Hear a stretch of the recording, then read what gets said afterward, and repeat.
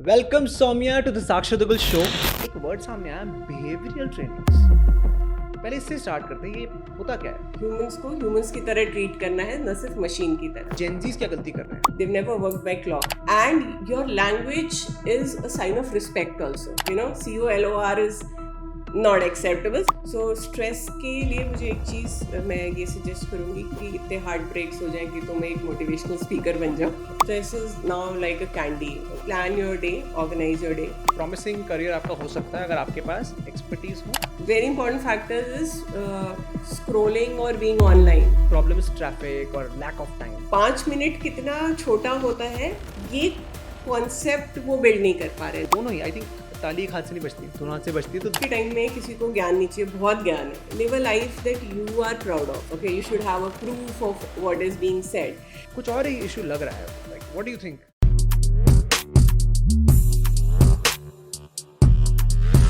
जेन Z, gen alpha. Well दोस्तों, ये दो ऐसी जनरेशंस हैं जहां लोगों को बड़ी कंप्लेंट्स रहती हैं, but the fact of the matter is कि यही जनरेशंस दोनों हमारा आने वाला फ्यूचर है। बिकॉज यही वो जनरेशंस हैं जो अभी काम करना स्टार्ट कर चुकी हैं या कुछ टाइम से कर रही हैं। बट द फैक्ट इज, क्या कॉर्पोरेट स्पेस में उनको उनकी से मिलती है? क्या जो एम्प्लॉयज हैं वो अंडरस्टैंड कर पाते हैं इनका माइंडसेट? कहाँ कहाँ कम्युनिकेशन गैप्स हैं, क्या क्या इश्यूज हैं, इन सबको डिस्कस करने के लिए आज हमारे साथ बहुत ही स्पेशल गेस्ट थी doctor Saumya Tripathi. She is a communication skills coach, but specifically जब हम कॉर्पोरेट्स की बात करें, ये डील करती है कैसे जो आज के हमारे जो एम्प्लॉयर्स हैं, जो सीईओज हैं, वो आने वाली जनरेशंस, जेन जीज, जेन अल्फाज, इनसे कैसे इंटरेक्ट कर सकते हैं। Because the fact of the matter is, बहुत ऑफिस में होता है कि because of communication gaps, because of that generational gap, वो बात नहीं बन पाती, काम नहीं हो पाता। इन सब बातों को समझने के लिए हमने बहुत सारे डिस्कशंस किए आज, एंड बहुत इंटरेस्टिंग था। So if you are part of the gen Z and gen alpha, और if you are part of that CEO category जो लोगों को अब हायर कर रहे हैं, well then this podcast is for you. Welcome Saumya to the Sakshar Duggal show. आज हम जो बात करने वाले हैं ना, मुझे लगता है वो बहुत ही टची टॉपिक आई थिंक जेन जी को लेके। बिकॉज जेन जी एक ऐसी, आई थिंक सैंडविच पोजीशन में है। मिलेनियल्स हैं, फिर आई थिंक वो जेन अल्फा है, वाई है, पता नहीं क्या है, बीच में जेन जी है। और जेन जी आई फील सबसे ज्यादा बदनाम भी है। मैं खुद उनको रिप्रेजेंट करता हूँ, तो I can relate to that. But jokes apart, talking to with respect to what you do actually, so आप for the benefit of the audience, she is in the training space. हम बताएंगे कौन सी trainings, क्या trainings. But जब शुरू में मुझे याद है, when I got connected with you, I thought ठीक है, सॉफ्ट स्किल्स की ट्रेनिंग देती हैं। But somewhere or the other, धीरे धीरे जब मैंने आपके पोस्ट देखे और अभी जब हमने बात भी की, एक वर्ड सामने आया, बिहेवियरल ट्रेनिंग्स। पहले इससे स्टार्ट करते हैं, ये होता क्या है? All right, thank you. Thank you so much, Sakshi, for having me here. It's a pleasure to share the stage with you. And to answer your question कि behavioral trainings होती क्या है? So अगर हम बात करें skills की, दो तरह की skills होती हैं. One is technical skills और एक होती हैं behavioral skills. So technical skills वो होती हैं जो हम बाय वे ऑफ हमारी डिग्री जो हमने ली है, जो हमने पढ़ाई करी है. सो इंजीनियर्स के लिए अपनी, या आप लॉयर हैं तो आपके लिए अपनी, दैट्स, या डॉक्टर्स हैं तो उनके लिए अपनी मेडिकल की स्किल्स, ये उनकी टेक्निकल स्किल्स होती हैं, फंक्शनल, जिससे वो परफॉर्म करते हैं. ये सब हम सीख के आते हैं. और जब हम एक्चुअल में काम करना शुरू करते हैं, when we land into a job और अ प्रैक्टिस, तो हम ह्यूमंस के साथ डील करते हैं. अभी तक हमने पढ़ाई करी होती है जहाँ पे हम इंडिविजुअली परफॉर्म कर रहे होते हैं. अभी ये चीज़ हमें लोगों के साथ अप्लाई करनी होती है. सो यहाँ पे हमारा जो बिहेवियर होता है लोगों के साथ, ये एक बहुत बड़ा फैक्टर होता है. कोई इंसान की वर्क प्लेस पे रेपुटेशन ज़्यादा अच्छी है, किसी की कम है. कोई ऐसा लीडर है जिसकी बात फॉलो करने वाले बहुत ज़्यादा लोग हैं. सो ये चीज़ें होती हैं जो डिफ्रेंशिएट करती हैं बिहेवियरल स्किल्स के बेसिस पे. सो अगर हम बात करें, कम्युनिकेशन एक बिहेवियरल स्किल है. लीडर्स की बात करें तो इमोशनल इंटेलिजेंस एक बहुत पावरफुल स्किल है. लीडरशिप एक स्किल है. Ability to motivate your team members, problem solving, critical thinking, ये सारी बिहेवियरल स्किल्स हैं. आपने बिहेवियरल स्किल्स की जो बात की है, जनरली हम जब भी कॉर्पोरेट ट्रेनिंग से सुनते हैं, इट्स ऑलवेज लाइक कि अच्छा सीनियर मैनेजमेंट के लिए है, लीडरशिप आपको बढ़ानी है, एम्प्लॉयज़ को आपको खुश रखना है। बट हमारी कॉन्वर्सेशन में जो मैंने शुरू में भी बात की जेन जी, आपने कहा कि you were talking in trainings also from the perspective of gen Z, and I think ये बहुत बड़ा प्रॉब्लम स्टेटमेंट है क्योंकि कोई जेन जी की बात नहीं करता, खासकर कॉर्पोरेट स्पेस में तो बिल्कुल नहीं करता। आई थिंक बुराइयां ज़्यादा होती हैं कि जेन जी ये नहीं कर रहा, वो नहीं कर रहा। तो आपने इस स्पेस में मतलब व्हाट मेड यू थिंक कि यार मुझे इस स्पेस को टैप इन करना चाहिए? ओके, सो शुरुआत कुछ ऐसी हुई कि जब हम लोग leadership for one of the leading automobile company में ट्रेनिंग्स प्लान कर रही थी। तो वहाँ के एचआर से जब बात हो रही थी, उनका टॉपिक था पीपल ओरिएंटेशन। सो लोगों को काम कराना आता है, आउटपुट पे फोकस है, हमें चीज़ों को स्ट्रीमलाइन कैसे करना है, प्रोसेसेस कैसी हैं, ये सब चीज़ें बहुत अच्छे से इस्टेब्लिश्ड हैं। But somewhere people don't feel related. उन्हें कई बार लोगों को लगता है कि अब हमें ह्यूमंस को ह्यूमंस की तरह ट्रीट करना है, न सिर्फ मशीन की तरह। So that is people orientation.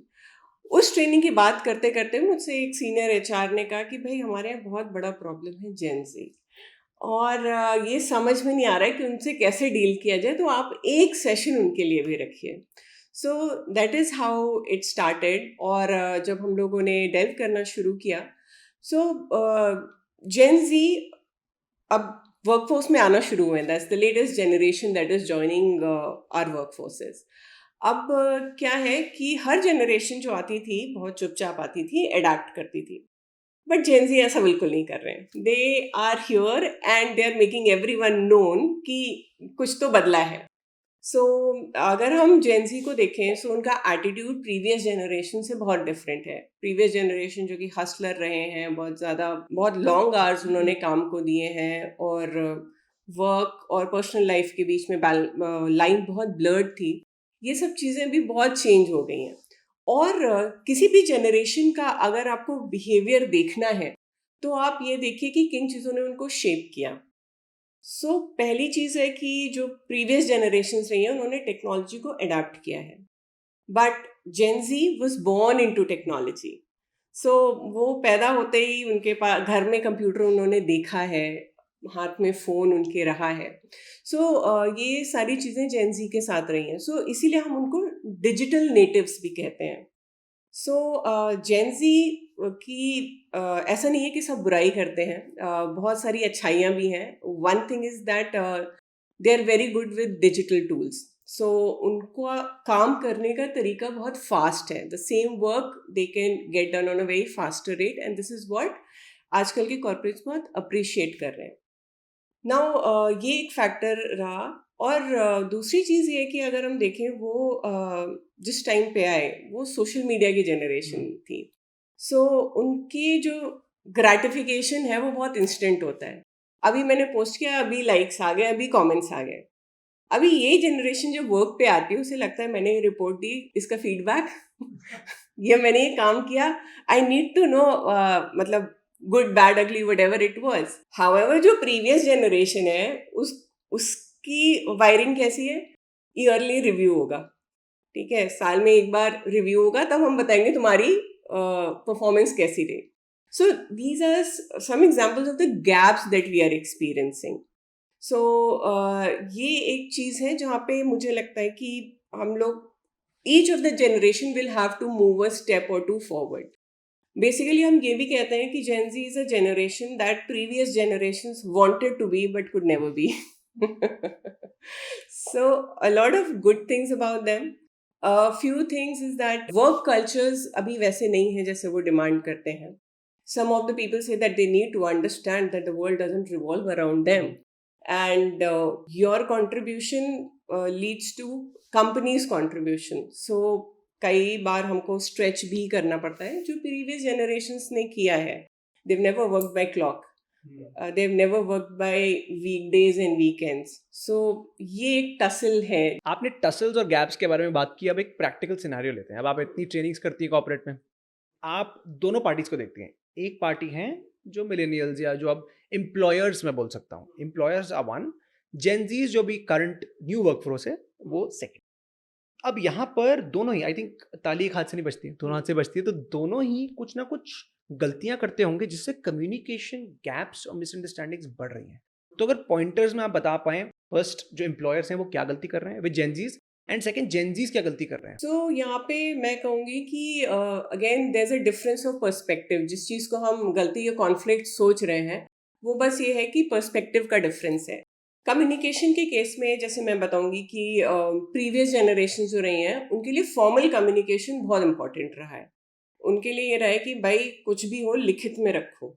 Okay, you should have a proof of what is being said, and your language is a sign of respect also. Okay, so we were taught, आपको भी याद होगा school में formal और informal letters लिखे जाते थे.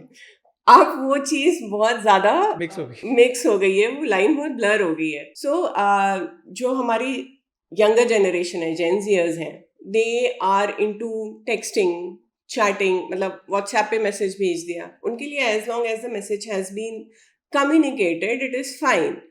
But for the previous generation it is a formal communication. So वो मेल में लिखो.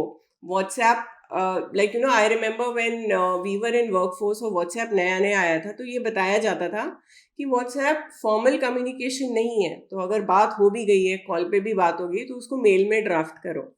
But now WhatsApp is also being accepted as a form of communication. और एक तो वो बहुत बड़ा प्रॉब्लम है लैंग्वेज का, स्लैंग्स का. सो हम लोग के यहाँ तो ये भी था, ये अमेरिकन इंग्लिश है, ये ब्रिटिश इंग्लिश है. अमेरिकन नहीं लिखना है, ब्रिटिश लिखना है, like that, you know. COLOR is not acceptable, COLOUR is to be expected. और अभी तो रिज और skibidi and what not. So I know lot of people वो डिसाइफर ही नहीं कर पाते हैं कि अगला कहना क्या चाह रहा है. They have to seek help of Google to see कि इस एक्चुअली मीनिंग क्या होगा. सो ये एक डिफरेंस ऑफ पर्सपेक्टिव है. While the younger generation believes in convenience and speed, the previous generation believes in the formal channels of communication, which has so far worked for them. तो अब आपको कुछ साल इस स्पेस में हो गए हैं, कॉर्पोरेट स्पेस में, तो एज अ ट्रेनर बहुत सारे एक्सपीरियंसेस होते हैं, बहुत सारी कहानियां होती हैं. एंड आई एम श्योर जो हमारी ऑडियंस है वो भी, you know, this corporate space, I personally feel Covid के बाद बहुत अट्रैक्शन इसने गेन किया है कि अरे हम भी ट्रेनर बन सकते हैं, हम भी कोचिंग कर सकते हैं. तो आपके एक्सपीरियंस के according, like how is it been, क्या क्या चीज़ें हैं जो कोई अपकमिंग बंदा है जो इस स्पेस में घुसना चाहता है उसको दिमाग में रखनी चाहिए? Number 1. Number 2, any myths that are associated with this space? So training का जो एक थिंग है, it's not a very organised sector. So आपको ट्रेनर बनने के लिए कोई स्पेसिफिक डिग्री नहीं चाहिए होती है. So it is open to everyone. So that's one thing. So a lot of people will not have the formal training on being a trainer. Okay. People think कि मेरे को ये टॉपिक आता है, मैं उसे समझा सकता हूँ. हम सब लाइफ में स्टूडेंट रहे हैं और हमें फ़र्क पता है एक अच्छे टीचर में and a not so good teacher, which happens in training also. So I think अपने आप को ट्रेनिंग स्किल्स पे अपस्किल करना बहुत ज़रूरी है कि how to impart knowledge. Now एक जिस कारण से लोग आना चाहते हैं, उन्हें ये लगता है कि स्पॉटलाइट, ग्लैमर है, मैं स्टेज पे हूँ, 100 लोग मुझे सुन रहे हैं. However, my experience has taught me that humility and humbleness is an essential trait for this. You go with a perspective that there's so much that even I don't know, and not with something I'm here to tell you what you need to know. So ये सारी चीज़ें, मतलब ये कुछ factors हैं जो हमको ध्यान में रखने चाहिए. There are a lot of courses which are there, government bodies भी हैं, people can take up. So if you have an area of expertise, it's always a good thing to spread the knowledge. आपने area of expertise बोला है, मैंने एक चीज़ notice की space में, because I also do trainings, तो मैं एक चीज़ देखता हूँ, एरिया ऑफ एक्सपर्टीज भी ना बड़ा सब्जेक्टिव है. किसी को लगता है कि यार मैंने तो 2 साल, let's say, no offence to anyone, but 2 साल मैंने कॉर्पोरेट में काम किया, अब मैं लाइफ कोच बन सकता हूँ. मेरा मतलब, यू वोंट बिलीव, मैं किसी से मिला था पीछे, एंड वो एक रिलेशनशिप कोच है. मैंने बात कर रहे हैं कि अच्छा कैसे बने, उनका 2 बार ब्रेकअप हो गया, रिलेशनशिप कोच बन गया. तो ये आई थिंक कहीं ना कहीं ये बड़ा एक मिसलीडिंग चीज़ भी है, बिकॉज जो अपकमिंग बंदा है, यंगस्टर है, वो देखता है अच्छा यार इसमें तो कोई बार ही नहीं है, इसमें तो मतलब थोड़ा बहुत एक्सपीरियंस लिया, आप कोचिंग में घुस गए. आई एम श्योर बहुत फ़र्क पड़ता है काफ़ी चीज़ों से। So yes, you are right. और इसीलिए कहते हैं कि भाई अच्छे से मेहनत कर लो, ऐसा ना हो कि इतने हार्ट ब्रेक्स हो जाएं कि तुम एक मोटिवेशनल स्पीकर बन जाओ. So that is one thing. एक बहुत बड़ा मिथ लोगों को लगता है कि बहुत आसान है, क्या करना है, बैठ के क्वेश्चन ही तो पूछने हैं, कोचिंग में जैसे लगता है. एंड दैट्स द रीजन कई बार लोग इससे डिसल्यूशन्ड भी होते हैं. कई बार जैसे लोग कहते हैं अरे थेरेपी वगैरह किसी काम की नहीं है, या ट्रेनिंग्स बस आई वॉश हैं. सो ये डिपेंड करता है कि आपने किस ट्रेनर को ऑन बोर्ड लाया, उसकी आपने स्किल, उसकी expertise, the kind of work they have done, उसको कंसिडरेशन में रखा कि नहीं. आपने उनसे अपनी जो भी चैलेंजेस हैं अपने वर्क प्लेस पे उस पर डिस्कस करके एक रोड मैप. सो पहले तो होमवर्क हुआ है कि नहीं. अदरवाइज तो everybody loves being on the stage and giving the ज्ञान, पर वो मैपिंग सही से हुई है कि नहीं, ये एक स्किल्ड प्रोफेशनल कर सकता है. आपने आई वॉश के बारे में बात की एंड बहुत जगह, मैं ये नहीं कह रहा सब, बट कई जगह मैंने देखा है कॉर्पोरेट्स में वो टिक बॉक्स एक्सरसाइज की तरह होता है कि खासकर audience, I am not saying the organisers, जब आप स्टेज पे जाते हैं audience they are not interested, उनको लगता है ठीक है यार घंटा बैठ जाएंगे हो जाएगा. आई एम श्योर आपके साथ भी हुआ होगा. What are the ways in which you actually grab their attention and make them engaging कि यार सेशन में तुम्हारे लिए भी बहुत कुछ है. इस क्वेश्चन का आंसर दो पार्ट्स में है. फर्स्ट ऑफ ऑल कि जो कॉर्पोरेट है, जो आपका स्पॉन्सर है, जो आपको ले जा रहा है, उसने क्या एक्सपेक्टेशन सेट करी है. कई बार ये होता है आउटबाउंड है, अरे गोवा जा रहे हैं मस्ती करेंगे, राइट, स्पेशली ऑफ साइट अगर एग्जॉटिक लोकेशंस पे हो जाए. प्रीवियसली भी कोई आया था ऐसे गेम वेम खिला के चले गए, दैट्स वन थिंग. सो लोग, माइंडसेट बहुत बड़ा रोल प्ले करता है कि हम किस माइंडसेट के साथ रूम में एंटर कर रहे हैं. बट अगर उससे पहले कॉन्टेक्स्ट सेट किया गया हो, lot of corporates do this कि वो फॉर्मल कम्युनिकेशन भेजते हैं कि ये हमारी ट्रेनिंग है, ये हमारे एजेंडाज हैं, ये हमारे स्पीकर हैं, ये फैसिलिटेटर हैं, this is how the day will go on. Okay, so that's first thing. The second thing is when you enter the room, you also do this check. इसको हम एक वेज ऑफ वर्किंग भी कहते हैं, expectation setting भी कहते हैं. We ask people, alright, what are we here for?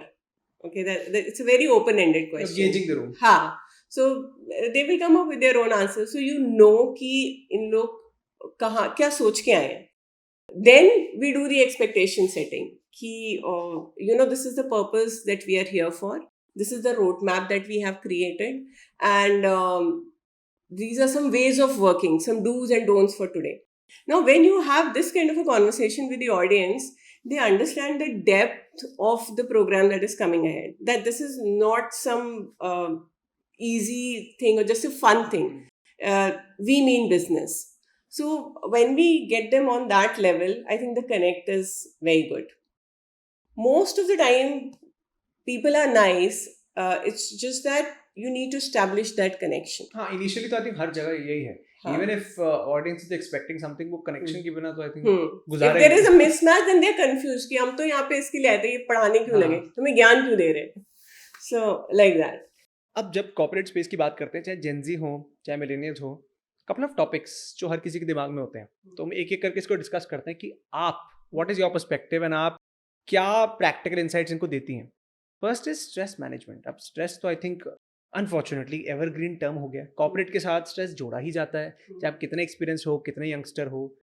तो क्या करना चाहिए, बिकॉज ये चीज़ें स्ट्रेस मैनेजमेंट, गोल सेटिंग, इसका आई पर्सनली बिलीव, जो मैंने नोटिस किया है, इन्फॉर्मेशन ओवरलोड है. मैं कितने लोगों से बात करता हूँ, जब ट्रेनिंग हो रही होती है और इस टॉपिक के बारे में बात होती है, लोगों के पास बहुत ज्ञान है. क्यों? क्योंकि इंटरनेट पे बहुत ज्ञान है, लेकिन मेन बात यह है कि क्या एक्चुअली काम करता है, क्या नहीं करता, में लोग बड़े कंफ्यूज्ड हैं. Stress is now like a candy. Okay, हर किसी के पास अपने फ्लेवर्स हैं, अपनी चीज़ें हैं पर्सपेक्टिव में देने को.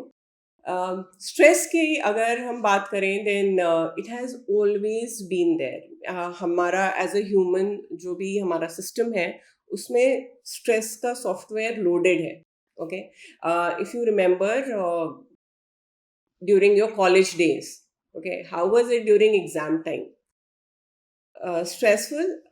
लाइक अगर कोई मतलब a day before the exam you could keep up the entire night. पूरी रात हम जग के पढ़ सकते थे, नींद नहीं आती थी, वो नहीं होता था, which we could not do on other days.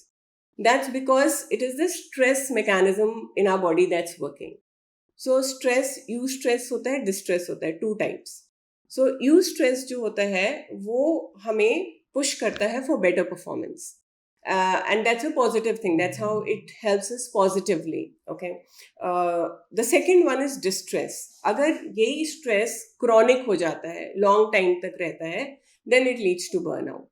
सो थोड़ा बहुत स्ट्रेस जब सारे एथलीट्स भी परफॉर्मेंसेस के लिए होते हैं, रेसेस शुरू, everyone is under stress and it is the stress that helps us do better. We have butterflies in our stomach before any performance. That helps us do better.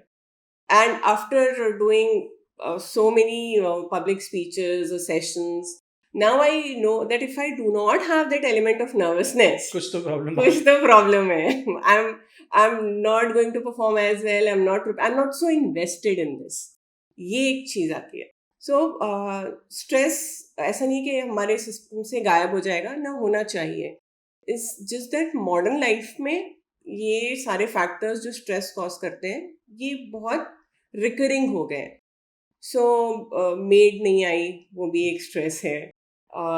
आपको office में 10 तरह की चीज़ें, some unexpected deadlines, your coworker not reporting, Ola cancelling your ride is also one stress. EMI का notification आ जाता है, वो भी एक स्ट्रेस होता है. So all of this is bombarding you continuously. That's why stress का मैनेजमेंट इज इम्पॉर्टेंट. क्या क्या प्रैक्टिकल कुछ इंसाइट्स अगर आप बता सकें, एनी प्रैक्टिकल टिप्स कि लोग कर सकते हैं in the specifically the corporate space? I think what I feel, एक तो बहुत दो चीज़ें मैंने देखी हैं जो स्ट्रेस में बहुत बड़ा कंट्रीब्यूटर होती हैं. One is lack of time and the second one is emotional turmoil. तो जब अगर आपके पास काम बहुत ज़्यादा होता है then you feel overwhelmed. So time, अपने टाइम को मैनेज करना बहुत बेसिक सी चीज़ है. Sakshi, like you said, everyone knows it, है ना. इंटरनेट पे बहुत ज्ञान है. मैंने प्रॉब्लम क्या देखी है? इम्प्लीकेशन के साथ, execution. So we are consumers. हम बहुत ज़्यादा कंज्यूम कर रहे हैं, बट हम ना क्रिएट कर रहे हैं ना एग्जीक्यूट कर रहे हैं. सो जैसे मैं छोटी सी चीज़ अपनी ट्रेनिंग्स में जाती हूँ, I talk about very simple thing, to do list. How many of you know to do list? All hands go up. How many of you make it? Hardly 10%. So हम ना फ्लो में चल रहे हैं. जैसे चीज़ें आ रही हैं, we are not designing our day, we are not designing our week, our month, and that is why we are being driven by the circumstances. So we are not taking control. So time management is one thing. Prioritize आपके काम कौन से हैं. अगर हम देखेंगे, हम बहुत सारी चीज़ें ऐसे कर रहे हैं which are urgent but are not contributing to our productivity. Productivity के भी बहुत सारे टूल्स होते हैं. अगर हम देखें, one of my favourite is 80-20 rule. Okay.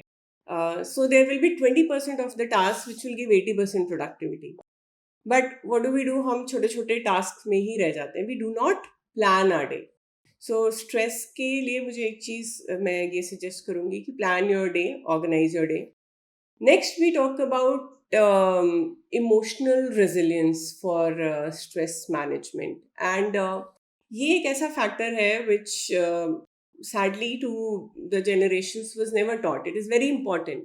Like हम कहते हैं कि financial literacy और emotional literacy दो बहुत important topics होते हैं for any human which were never taught in school. Thankfully now the initiatives are being taken. We have the happiness curriculum and everything. So emotional resilience बहुत important है. आपने देखा होगा अक्सर लोग कहते हैं यार बहुत मूड ऑफ है या बहुत स्ट्रेस्ड हूँ, अच्छा नहीं लग रहा है. But what is the root cause? You could be frustrated, you could be overwhelmed, but you do not say क्योंकि आपकी vocabulary ही नहीं है. So these are the things I think हमें अपने इमोशंस को मैनेज करना और अपने टाइम को मैनेज करना. These are two things. The third is very important is lifestyle. बहुत बेसिक सी चीज़ें जो हमारी इंडियन फिलॉसफी में दी हुई हैं अबाउट मेडिटेशन.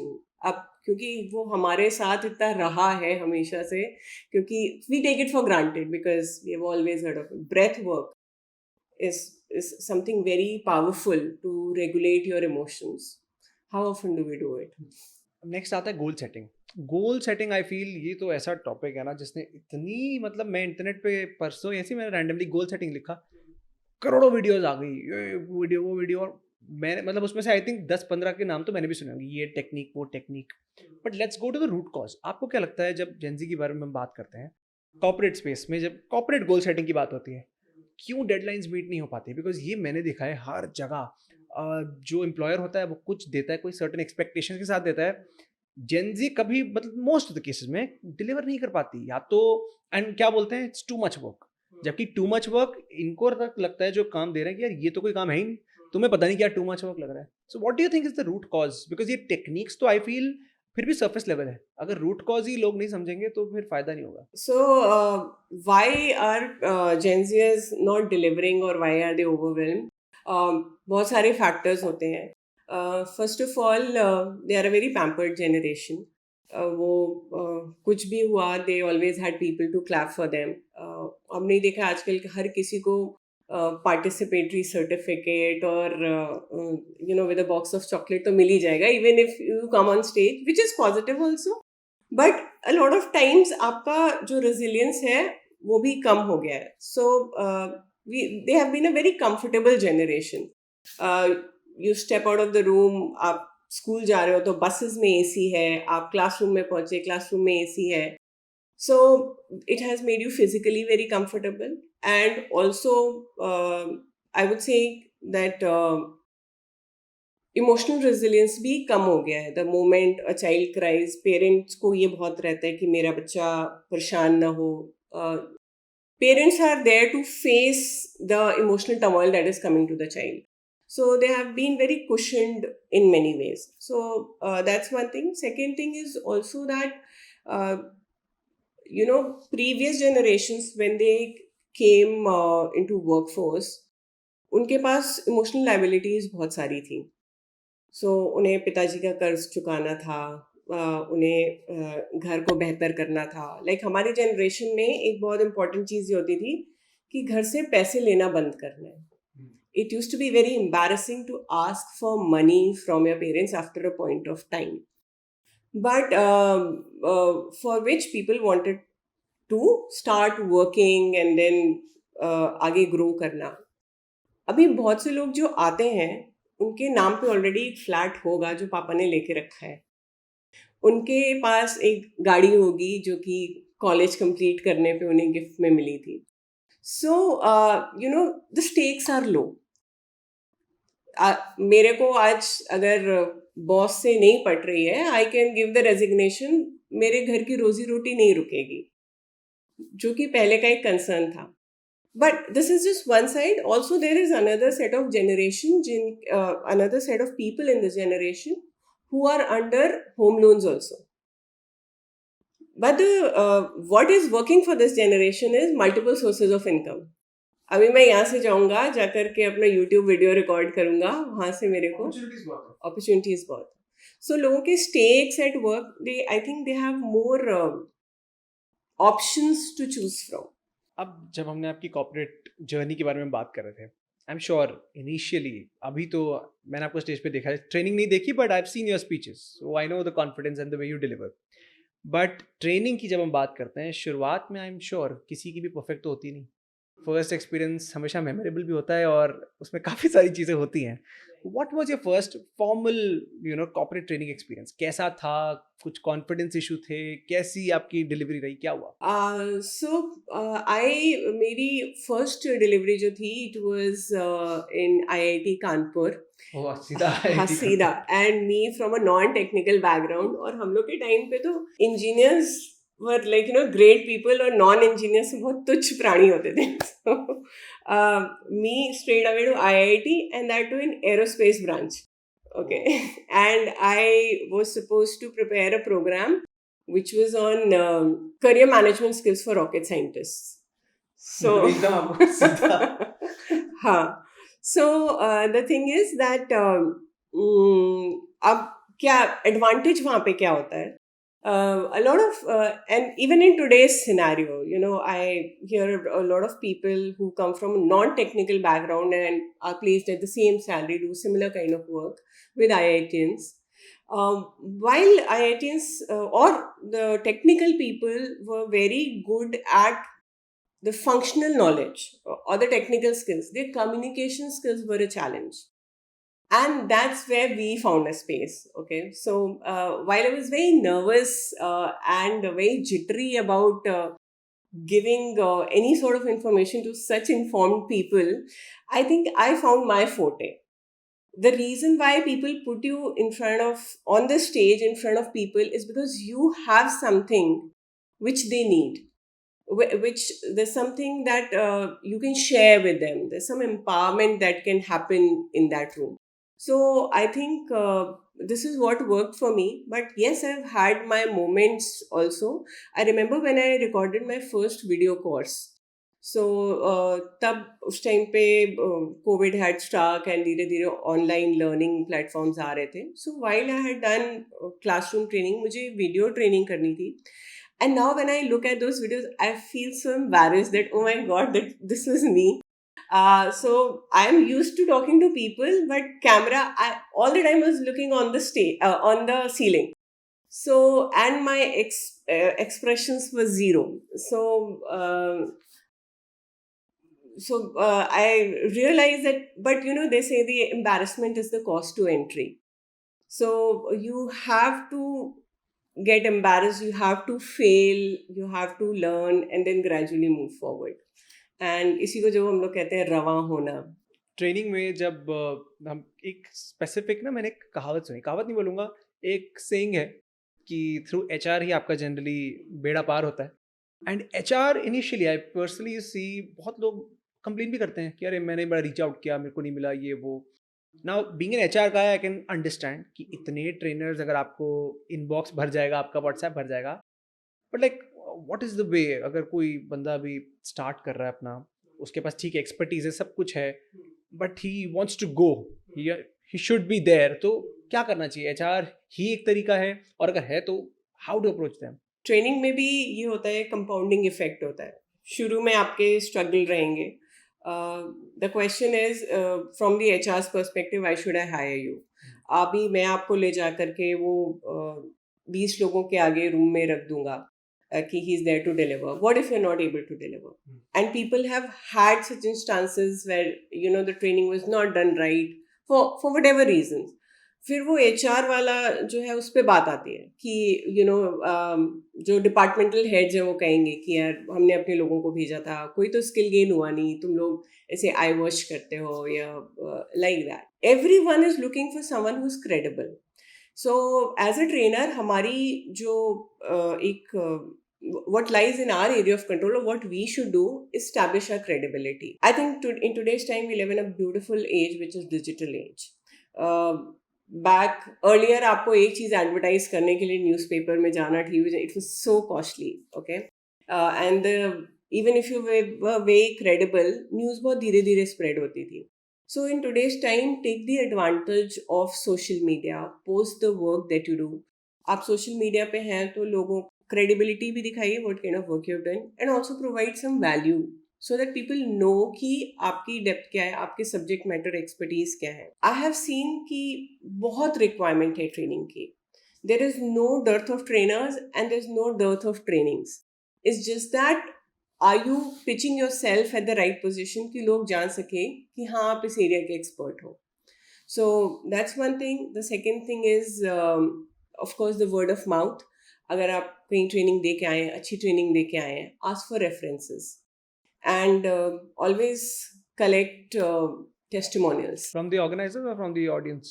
अगर वो एचआर से है तो वो ज़्यादा वैल्यूएबल है. एंड एक और चीज़ मैंने सुनी कि इंडिया में स्पीकिंग को लेके अभी वो कल्चर नहीं है कि आपको पेइंग अच्छी दी जाए. ये मैंने सुना है. मैं देखता हूँ इतने स्कूल, कॉलेजेस, ऑर्गेनाइजेशंस में सेशंस होते हैं, बट एक उनकी कंप्लेंट रहती है कि यार हम अपना टाइम एनर्जी इन्वेस्ट कर रहे हैं बट उतनी अर्निंग नहीं हो पाती. इसमें कितनी सच्चाई है? आप अपने आप को कहाँ पोजीशन करते हो, वे आपकी फर्स्ट ऑफ ऑल आपकी खुद की क्रेडिबिलिटी कितनी है. हर जगह जो पेमेंट है वो इस पे डिपेंड करता है कि आप किस लेवल के ऑडियंस को एड्रेस कर रहे हो. That is one thing. Second thing, a lot of people are looking for some cheap resources, someone who can come और कम पैसे में काम करके जाए. So again, it's a tick box exercise. So whether you want to do it or you don't want to do it, a lot of colleges अभी जैसे orientation session चल रहा है, they want you to come, but they don't want to pay you.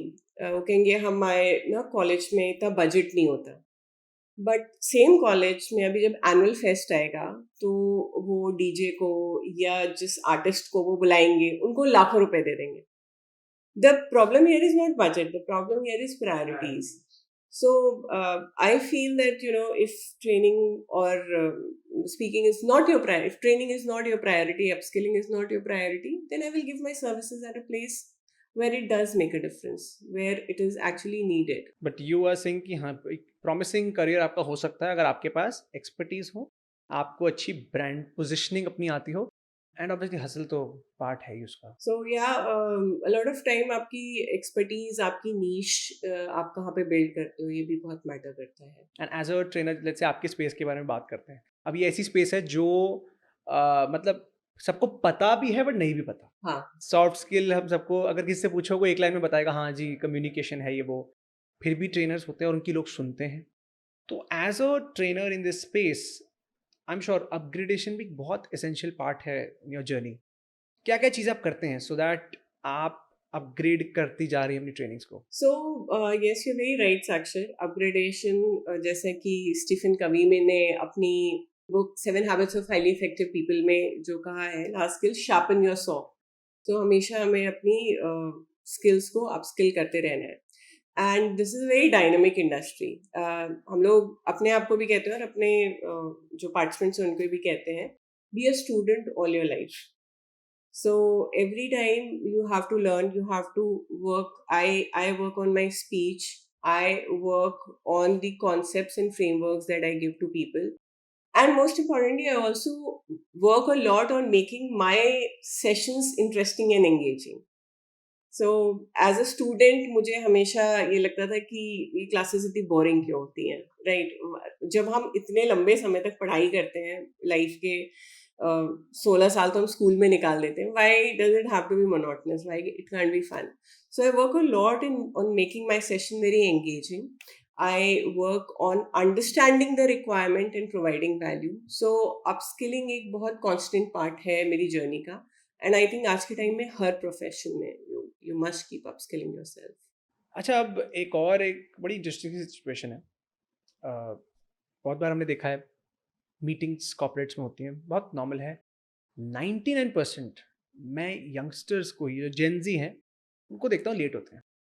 अच्छा बहुत बार होता है genuine भी है, ट्रैफिक हो गया ये हो गया, but somewhere I don't think problem is traffic और लैक ऑफ टाइम, कुछ और ही इशू लग रहा है. Like what do you think? Interestingly मतलब अभी कुछ दिन पहले मैंने भी इसके बारे में पढ़ा. There is a very interesting concept which is called time blindness, and it is associated with gen zers, where people see कि वो मीटिंग्स में देर से आ रहे हैं या प्रोजेक्ट को टाइम पे फिनिश नहीं कर रहे हैं, या कई जो स्टूडेंट्स भी हैं वो अपने एग्जाम पेपर को भी राइटली टाइम नहीं कर पा रहे. वो but the problem is not time management, the problem is time blindness. And it is seen that these people, अगर उनके पास 5 मिनट भी होगा तो उनको लगेगा उनके पास इटर्निटी है. 5 मिनट कितना छोटा होता है ये कॉन्सेप्ट वो बिल्ड नहीं कर पा रहे हैं. जजमेंट. हाँ. और what does 5 minutes look like, they don't know. So this is the concept of time blindness, and the reasons associated with it, apart from some people who might have ADHD and all, one of very important factors is scrolling or being online. So when you are scrolling social media, आपको पता ही नहीं चलता कितनी देर तक आप देख गए, तो the sense of time is lost. Or when you are playing online games, you lose a sense of timing. So ये जो एक balance, lack of balance हो रहा है, that's where this is coming from. Anything which can be done. अगर मान लीजिए corporate space में ही आप ट्रेनिंग दे रही हैं, ये टॉपिक सामने आता है, हाँ. क्या सोल्यूशन आप रेकमेंड करती हैं? So I think this is something that people should work on personally, and here the thing is disconnecting, taking a walk in the nature. So connecting with real life and moving away from digital so that you have an understanding of how the real world works as well. Well, जब हम trainings देते हैं, कोई भी training कहीं भी दे रहा है, सबसे बड़ा एक क्वेश्चन होता है एक ट्रेनर को कि क्या मेरी ट्रेनिंग अच्छी गई या नहीं गई, क्योंकि कहीं ना कहीं ऑर्गेनाइजर अब इतना अपफ्रंट तो होंगे नहीं। अगर लेट्स से अगर इतनी अच्छी नहीं भी गई, बोलेंगे अच्छा ठीक है ग्रेट, अंदर से वो अलग बात है, गालियां निकालेंगे। बट जब let's say you are giving a training, what is that one moment or what is that one point या कोई ऐसी कहानी हो जहाँ आपको पता है कि यार ये कर दिया ना तो मतलब हाँ, it was a successful session. This is what we call some aha moments कि जब आप अपने participants के साथ किसी भी टॉपिक पे डिस्कशन कर रहे हो, कोई भी प्रोसेस या एक्टिविटी कर रहे हो, the shift that happens, I think that is what tells कि हाँ जो चीज़ आप काम करने आए थे वो हुआ कि नहीं हुआ, the purpose has been fulfilled और नॉट.